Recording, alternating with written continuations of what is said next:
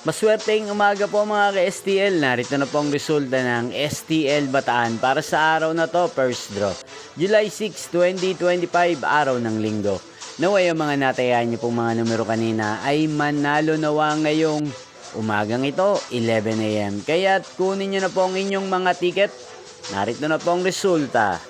Ang mga numerong nanalo sa STL Bataan ngayong umagang ito, July 6, 2025, 11 AM. First draw result, 22 at 22 or Pompiang 22. Sa lahat po ng tumaya kanina sa STL Bataan para sa first draw ng 22 at 22 or Pompiang 22.